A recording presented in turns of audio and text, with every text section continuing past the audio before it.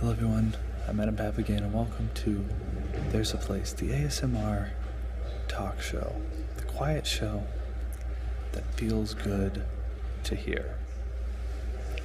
I love on this show and just in my personal life, I love anything that is illuminating and shines a different perspective on something, its own unique thing. So this past Saturday I went on a guided tour of bollards. Bollards are those cement posts.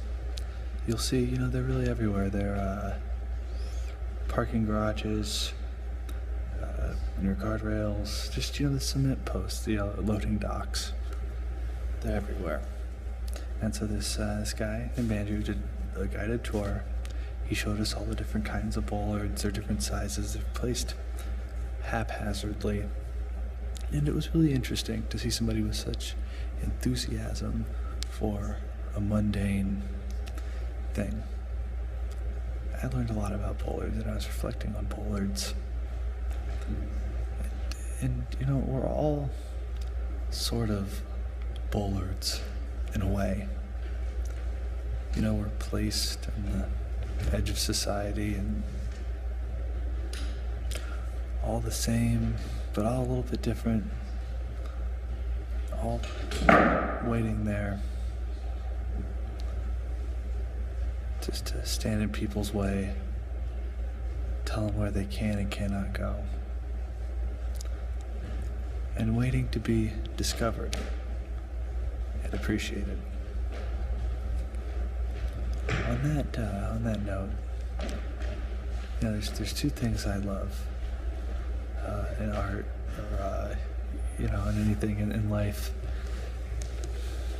It's traditional things that are very normal, and then things that are totally unique, doing their own thing. When you can meld those two things, it's a beautiful thing. So there's people with these big personalities, and you want to uncover them. What I'm trying to say, I guess tonight, a comedian, but also a scientist, possibly. I was reading his. Well, I just gotta bring him out. Atelson Fitzgerald Holder the first.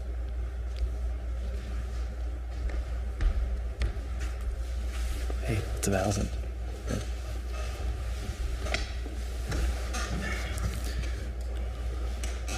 So Thank you for having me. The reason I was having trouble introducing you was your Facebook page. It lists like 100 different things that you do. Like, I know you through comedy, Yeah. the open mic circuit. We'll get into that. Mm-hmm. But like the first thing, your first credit on Facebook is physics. Yeah. What are you a physicist?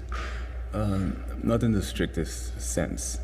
Is this too loud, or I should tone No, it down? no, Or this that's is good. perfect. Yeah, that's perfect. Okay. Well, not in the strictest sense, but I do have a deep-seated infatuation for how things work on a molecular level. So. And also linguistics. Yeah, linguistics. Do you speak a lot of different languages? Not psycho and sociolinguistics, but more like the subsets, the different branches, and primarily the role it plays in humor. So linguistics has different branches outside being bilingual and trilingual and the study of different languages.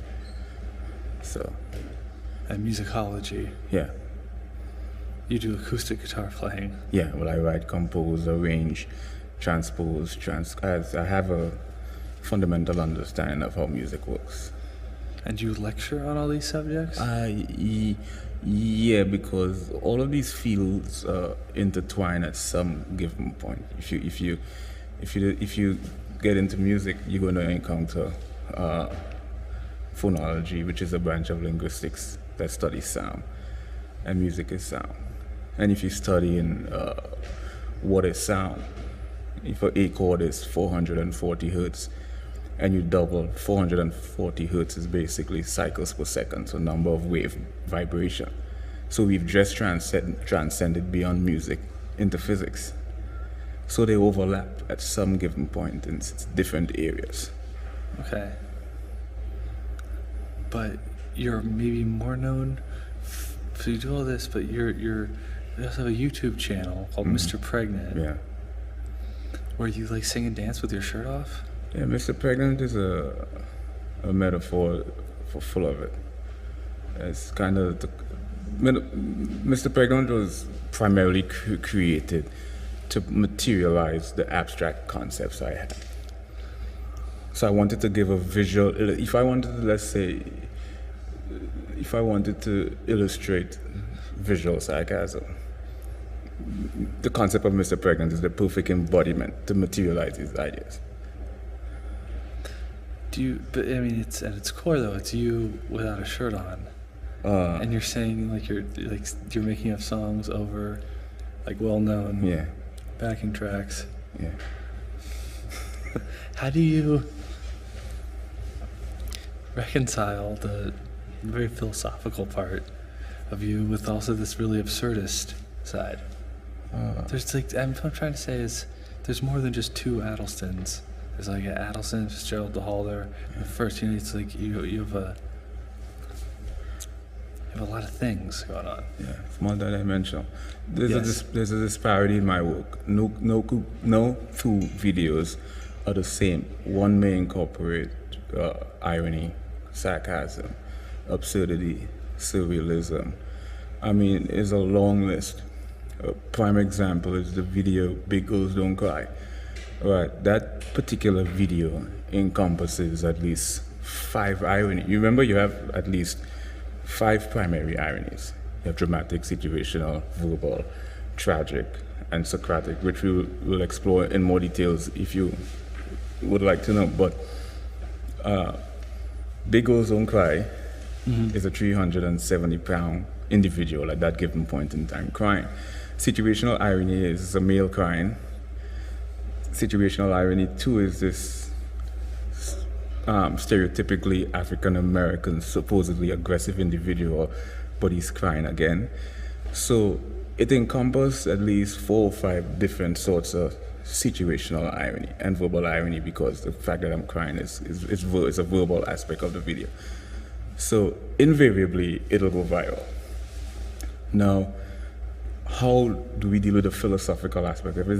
It's less philosophy and it's more exploring linguistic devices, taking these abstract concepts and materializing them. And a lot of these things were done inadvertently. And by me learning more and acquiring more information, I got a sense of awareness of what I was doing. So you think your work is pretty calculated then? Invariably, no. It's more intuitive. It's more. With me, it's more of the experience. I don't get any joy of things that are preconceived or conjured up. So do you kind of create something or like make a video of you without your shirt on, and then you look at it and you're like, oh, that's what all these things mean? Does that justification that you just laid out kind of come after analyzing it? It's the equivalent to, here's a perfect musical metaphor or analogy, where jazz musician explores the dissonance in sound. It's out of key, but it's, technically it's in key, but in dissonance. But they're freestyling. It's intuitive. But they kind of have a fundamental understanding of how music works. Got it. They know the major, the minor, the diminished, the augmented, that sort of stuff. So there's a sense of awareness and there's a sense of unawareness occurring simultaneously. Am I too loud? I should tune my voice down. Whatever soft is to you. Okay, sorry. Because when I see you at the open mics, you talk about it very loudly. Mm-hmm. It's you do I call them jokes. Mm-hmm. Like you never tell any stories, or you never talk about any philosophy or scientific stuff in your act. How come?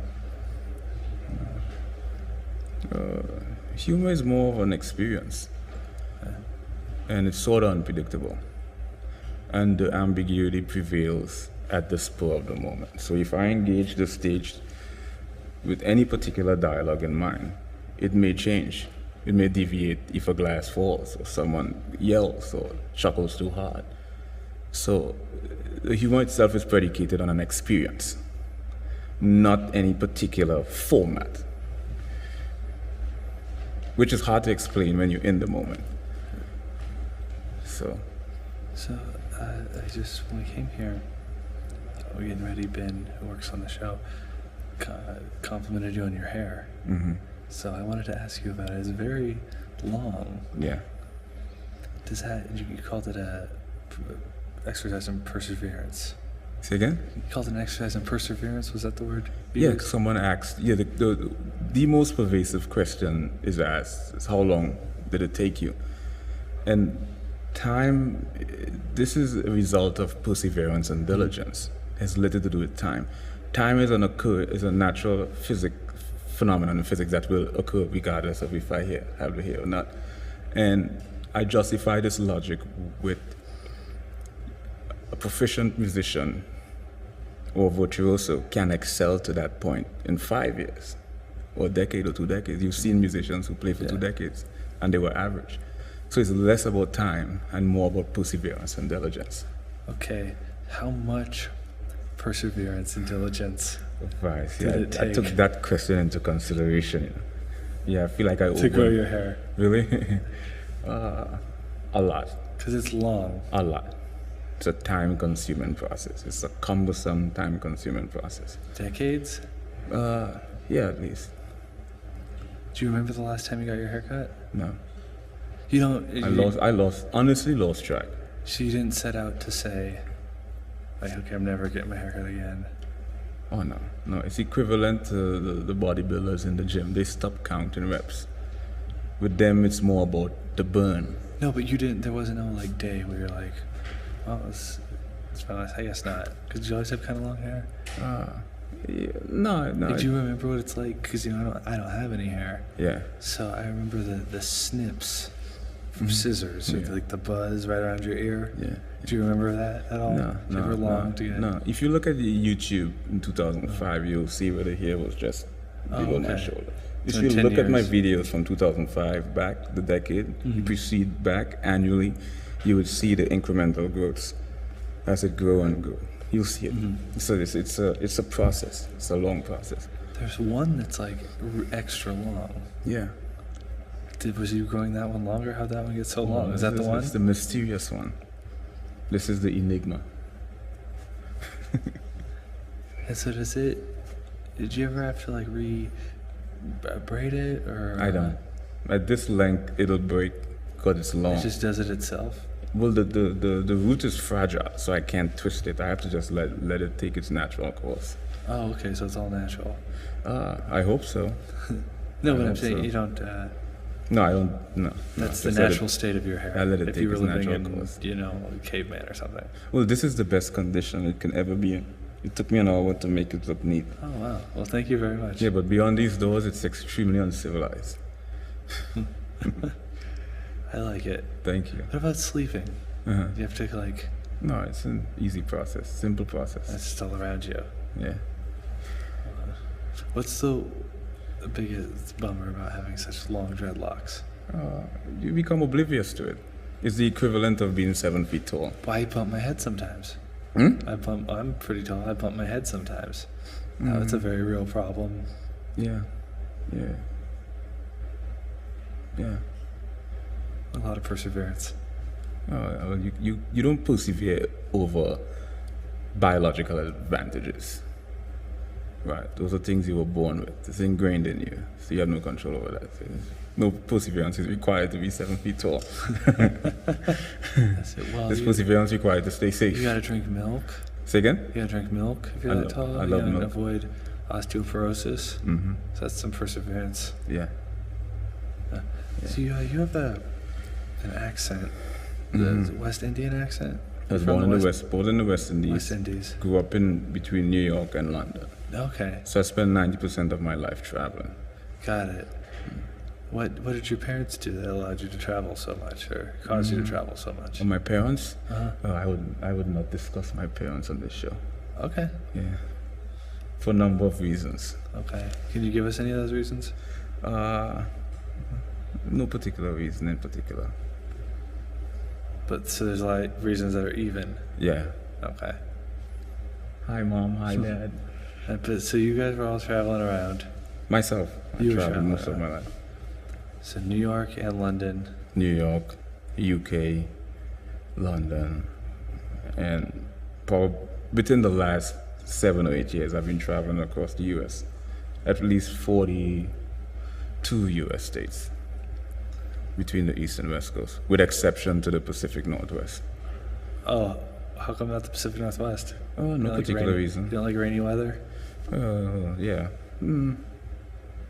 No particular reason other than the fact that I haven't had the opportunity. Okay, cool. So you're a man of the world. Yeah. The world is your home. Oh, yeah. Either or. Yeah. Yeah. What's your favorite? So you traveled so much. Mm-hmm. What's your favorite place you've been to? None. I appreciate each place for what it has to offer. Any highlights? Any highlights? None.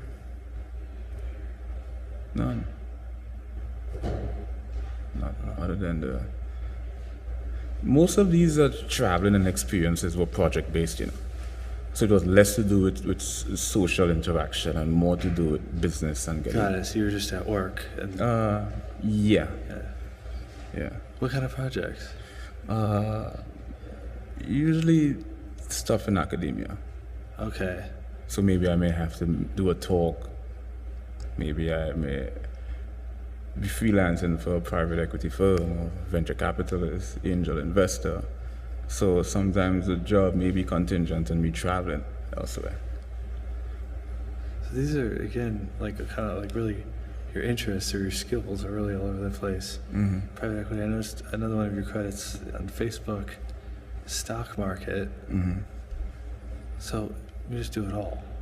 Well, not really. I mean, these. Like, is there anything you couldn't do? Any kind of discipline? Mm-hmm. Yeah, there's a million things I can do. All these fields are within a very small context, Music is physics. Got it. Right. Investments is economics. Once you're dealing with investment, you're dealing with economics, you're dealing with physics. Right, so it's just a spin on your general knowledge as Atelson. Yeah, if I'm going to write, compose, and arrange music, I mean, I might as well study what is sound. Sound travels 700 miles an hour. It is the collision of air molecules. So I would like to know what occurs on a molecular level when sound travel. So being able to write and compose music, understanding the physics of music is inevitable. It helps you embody music as a whole far more effectively. Here's one of the phenomena in music is octaves. Why we hear octaves, it turns out that we hear logarithmically, meaning that the human ear interprets sounds in increments. So when you hear A chord, primarily is 440 hertz. That is the number of waves that occurs per cycle. Hertz was actually named after a person. When you double the frequencies, 440 hertz, you get 880. So you have a higher frequency, right? But it's the same sound. It constitutes an octave. To understand this in music, you have to study physics, right? Now, physics and music are mutually exclusive, But once you're dealing with the sound of music, you go in and dwell into the collision of air molecules. So you're traveling all over the world lecturing on, these... Not lecturing, but mostly writing and working for companies. Right, okay. So you just get gigs related to knowing a lot about all these subjects and being able to explain them and talk Being about able them. to solve problems. Okay. I have a gift to solve problems. But then when you're not doing that, comedy. Yeah. So what got you interested in comedy? Yeah, I'm a comedian. Comedians have real comedians have above average high IQs. Comedians are witty, astute individuals, no exceptions. Who are some of your favorite comedians? No one. Growing No comedians interest me at all. No comedians, because I noticed at Rice, you never watch any other comedians. I've watched a few, but I don't have any interest in any comedians whatsoever. I'm more interested in my innovation and what I could create. I'm more interested in what I'm capable of creating. I don't have an interest in comedians at all. Then why do comedy? I mean, I could compose music. I've never had an infatuation for any particular music. I think you could appreciate a concept or a field without having an infatuation with an individual, because these things are mutually exclusive. You have Beethoven and you have music.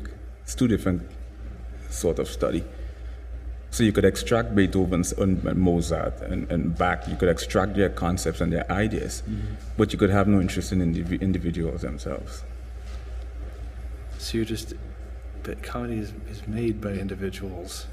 Like, how did you first hear about comedy? Well, Or comedy that you is wanted not to do stand-up comedy. Well, comedy is not made by individuals in the strictest sense. Humor is an emotional attribute. And humor on a fundamental level is the ability to evoke laughter. So it's more of an emotional attribute. So someone can evoke laughter or be funny or have an infatuation for humor without being interested in some comedian who is some prominent comedian in the industry. So what aspects of humor then, if it's not individuals or specific jokes, do you like? How it works, the irony, the sarcasm, the ambiguity, the paradoxes, the situational irony, the absurdity. So there's just so many, the phonological aspect of humor. When a person makes a sarcastic statement, a sarcasm is a literal statement, right? But it is interpreted metaphorically. It has contrasted interpretation. This contrast derives from tone. Has nothing to do with the literal statement. It's just the tone that contrasts the sarcastic statement. And this is phonology, a branch of linguistics that deals with sound. So when humor is evoked, you could study the humor and you could see where it derived from. And it has to do with the intonation, the rise and fall in the tone that evoked the laughter. So that's my interest. It's the actual physical sounds of the comedy, No. not the jokes themselves? It's the same. The tone, it's the same, okay. The laughter derives from the tone.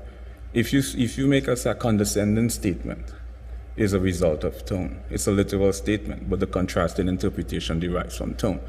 So once we understand what condescension is on a rudimentary level, we know that this is a result of tone. When you study phonology has two branches basically. You have segmental and you have suprasegmental, or also known as prosody. It's a field of linguistics that explores intonation, inflection, modulation, and cadence. All it does, it takes literal statements and it studies the rise and fall, and what occurs in human cognition in terms of how we interpret literal statements differently. Do you have like a spreadsheet with like all these different ideas about comedy, or like an algorithm or something? No, it just You makes just plug in. it just makes perfect sense. When you think about it, it makes sense. But you're looking at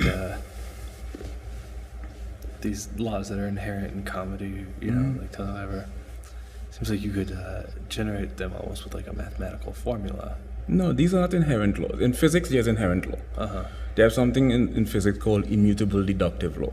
Immutable deductive law are phenomena that it's going to occur regardless of my or your subjective view, right? These are ideas and concepts that just exist in an objective sense, right? In humor, it's from a completely different perspective.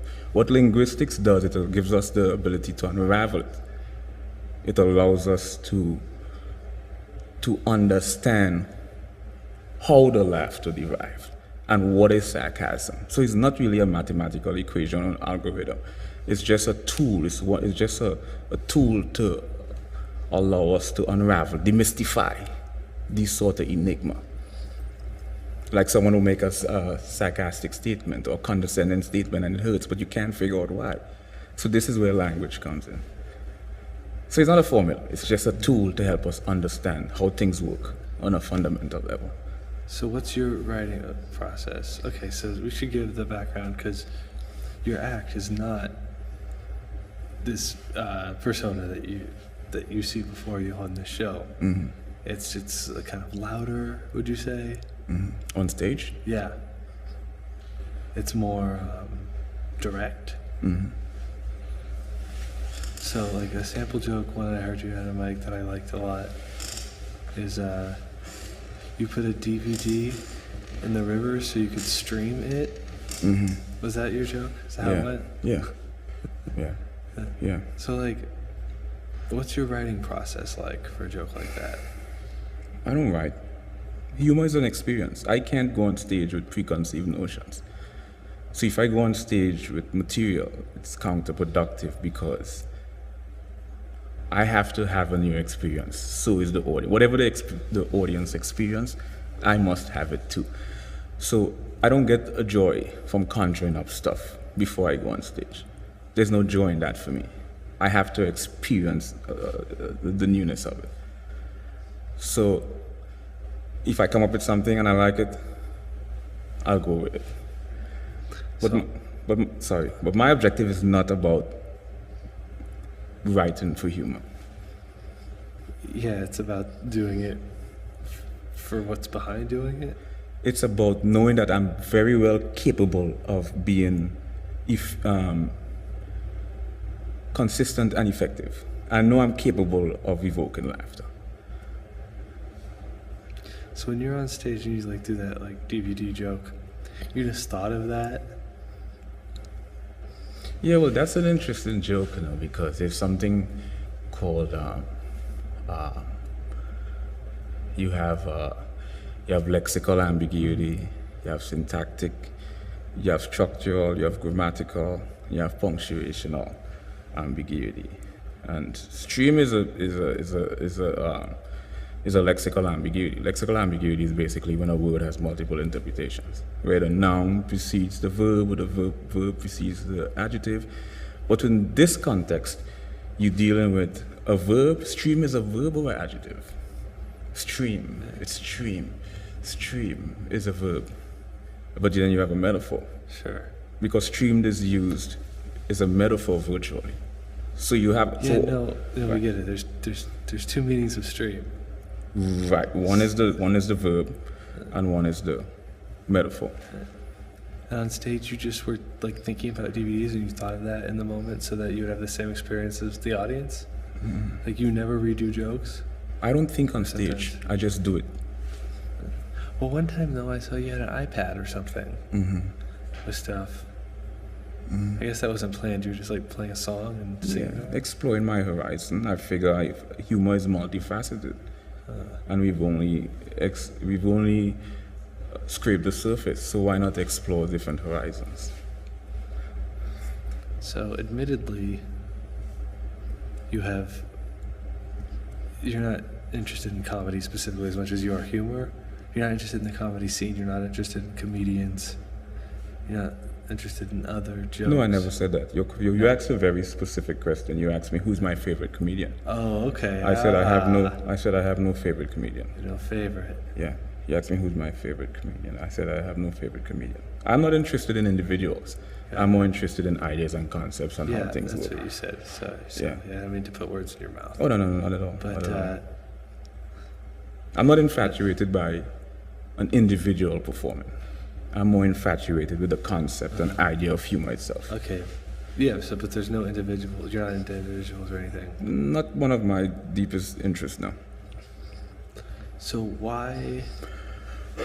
doing an open mic, for those people who don't know, you gotta get there early sometimes and sign up. You gotta wait around to get drawn. Doesn't it get boring for you, like just being outside? I mean, it gets boring at the open mic, just sitting there, but... Yeah, well, outside, like, don't you want to hear other people doing the, being sarcastic and I work 24. Their tone, causing the contrast. Well, I work 24 hours, so I'm pretty certain if you've seen me 99.9% of the time, I'm on my iPad. So it's time invested. It's never time wasted. So if I'm in an environment where it takes 7 hours to get on stage, I could capitalize on that immensely. So it's never really time wasted. The time could be utilized elsewhere, especially if you go to an environment where it's Wi-Fi accessible, right? Are you concerned at all with getting better at comedy? Or is it just about doing it? I am excelling.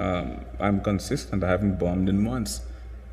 all previous shows I've done, I've excelled above and beyond comprehension. So I feel like I'm becoming more in tune with who I am as an individual. I think I am probably, if not the only individual who found his voice. I found my voice. I know I found my voice.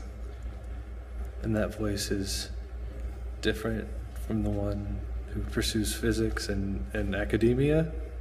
I'm multi-dimensional. Got it. I am capable of transcending into different characters. So we could walk with that on, I'll be a completely different person. With me, it's not about a character.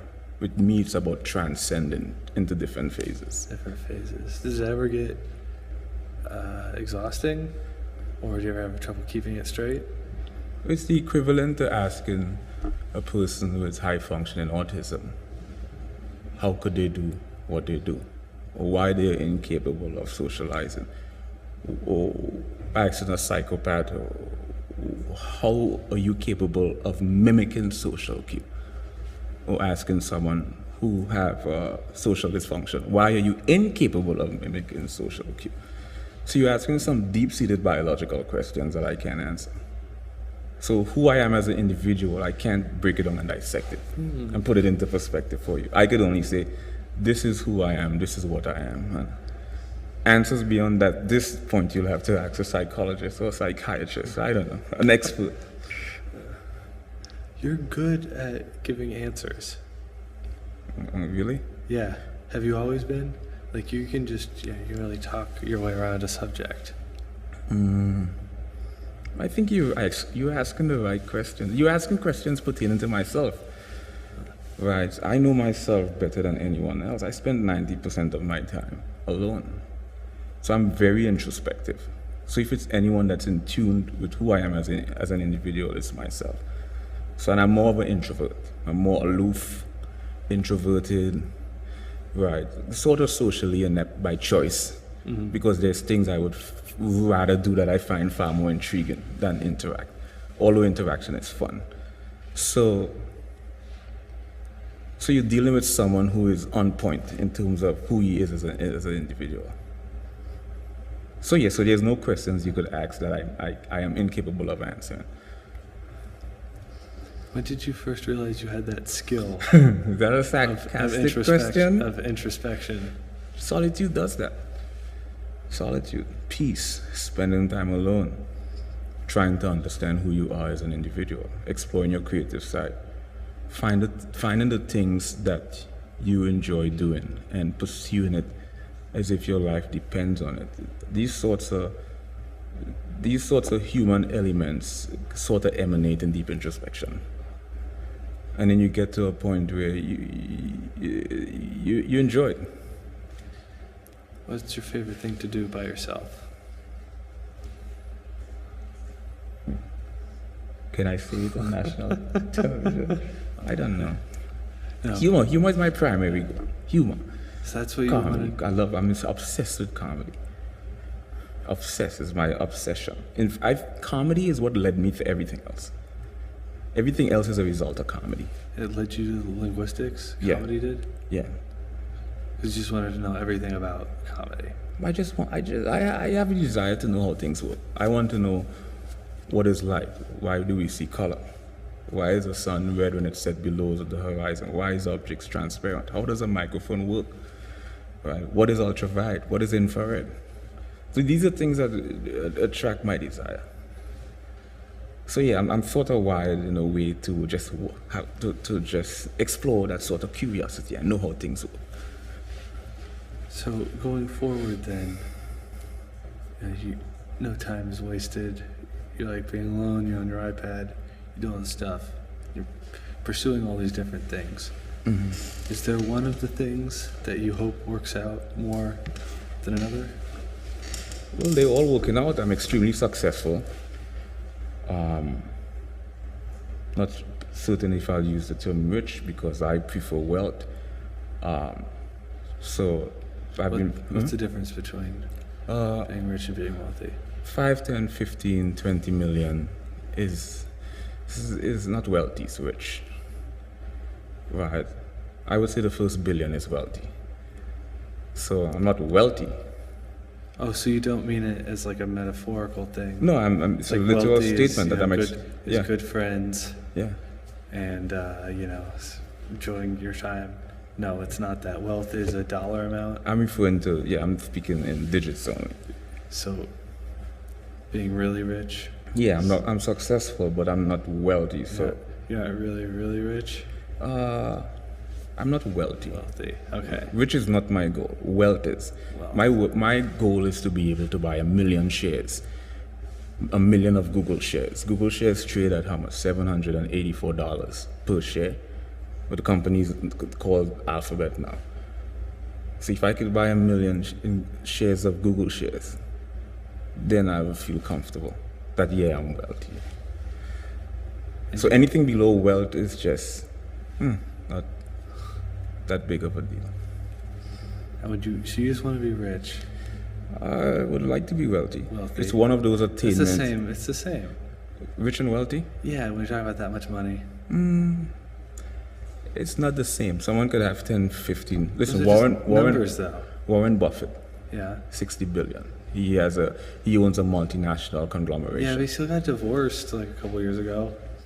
Right, but he's still there's some things money can't buy is what I'm saying. Yeah. Atelson. Well, that's a different subject. Yeah. That's a different subject. So, would you keep doing comedy then if you got to a point where you're wealthy? Well, I became successful doing comedy. My success is a result of humor, primarily only. Right, so 300 million plus online views, monetize all my content, tons of network opportunities. So 99.9% of my opportunities derive from humor and comedy. Are you ever giving a lecture or like writing a proposal or helping with investment, and then they dig up your Mr. Pregnant videos and you have to explain them? This is what's intriguing. Look, one time I got hired by this private equity firm, and I worked with this billionaire philanthropist. He said, the reason why we are intrigued by you, it is because of the disparity. So here they read in a paper on quantum electrodynamics, the relationship between light, right, and matter. And then they're looking at a viral video with me shaking my boobs. So, but it shows two things. It shows that I'm skilled in two areas. They're able to advertise, market, and promote and create viral videos. Right. And all investors inevitably want two things. They want to make money. They want to turn their ideas or concepts into something lucrative, which is a result of advertising, marketing, and viral. So that's what they're interested in, numbers. So it's self-evident that the concept works because it became viral. So there's an underlying mechanism in terms of how these things work. You have an answer for him. You have an answer for him. Yeah, it's self-illustrated. Yeah. Here's what I do. You can answer any question. Huh? You can answer any question. Not necessarily. I'll put it this way. If I write a paper on music, chromatic scales, diatonic scales, chord construction, I'll make a video and illustrate it. So I'm coming from two different perspectives. So you're not going to read a paper and say, well, maybe he plagiarized this. Maybe it's verbatim. Maybe he extracted this from somewhere else, regurgitating someone else's work. But yet you have the visual attributes involved, right? So this is how I circumvented all my rivalry, and I always had opportunity because I have the text and I have the illustration. So I'm capable of illustrating what I can do also. So this is the primary reason how the opportunities derive.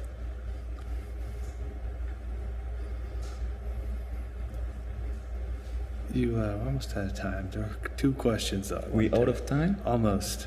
There's two questions I wanted to get to. I think it's 50 minutes? Yeah. We end at 5:12. Trust me. There's only a few minutes left. There's two questions I wanted to get to. Okay. And now everyone's going to ask. First of all, the end of your name, Atelson Fitzgerald Holder, the first. Mm-hmm. Usually that doesn't start till like second or third. Mm-hmm. Why did you decide to add the first to your name? Because it's a perfect illustration. This is how I lead all my lectures out, primarily with illustrating a situational irony. Because no one puts the first. And the fact that I assign the first to my name illustrates a situational irony. So it's the perfect demonstration to show a person as an introduction to situational irony. Not dramatic, not verbal, not Socratic, not tragic, just situational irony. The situational irony is primarily the contrast of what's expected or anticipated. And the first illustrates that. And then the last question. I was looking at all your papers that you posted on your Facebook page. You had one about Fozzie Bear being, he was funny by not being funny. He was really over the top. Do you kind of relate to that a little bit? Is that one of your multi-dimensions? No, I emulate no one. I only emulate me. Do you think you have anything in common with Fozzie Bear then? No. That's sarcasm or irony? It's an ironic question or a sarcastic question? What do you think? I'm so in tune to these devices. It's just so obvious when I hear it. So most of the times I just ignore it and keep speaking. No, I have no. It's about me. I emulate no one. I would let the world, and I don't want the world to emulate me. People need to emulate themselves, and not be emulated by any individual. Do you kind of relate to Fozzie though at all? No, not at all. It's a character. It's a fictional character. What I find intriguing is the script and the writer and the abstract concepts. The nuts and bolts. And the intriguing aspect of Fozzie being unaware that he is naturally gifted. But he also has, human qualities. Do you relate to any of those? Well, He's an anthropomorphic bear. To truly explore Fozzie, we have to personify him. Truly have to personify him. Yeah, he is unaware that he's naturally funny. And to me, that's phenomenal. The ability to write a script, to conjure up an abstract concept and materialize something of that nature and personify that is phenomenal. So it's not about Fozzie Bear. It's not about the writer. It's about this brilliant concept that the mind is cognitively capable of creating that I find truly intriguing. The concept. It's in the concept. Yeah. Will you sign us off with a joke? Can you give us a joke? Yo. You ready for a joke? Hold on. Conjure. Huh? Conjure. So, I dropped my DVD in the river. No, I give that joke already, right? Hold on. I have a Google self-driving car. No, I made a mistake. So sorry. Can I start over, please? Yeah. So I saw a Google self-driving car, right? I knew it was a Google self-driving car because when I opened the hood, I saw a search engine. That's a good one, right? That's a great one. Why couldn't we do this for an entire hour? Well, maybe next time when you come back. We wasted a show. You could have been giving jokes. Can I give one more? Yeah. So I was watching Can I soft, right? Yeah, softly. So I was watching porn today, yo. Yeah, salad porn. Yeah, in one scene. Atelson Fitzgerald Holder the first, ladies and gentlemen. Thank you so much for watching There's a Place. Until next time. How could I forget the joke? This is Adam Papagan reminding you that there's a place you can go. How did I forget the joke? And it's your mind. Good night. How did I forget the joke? Hold on.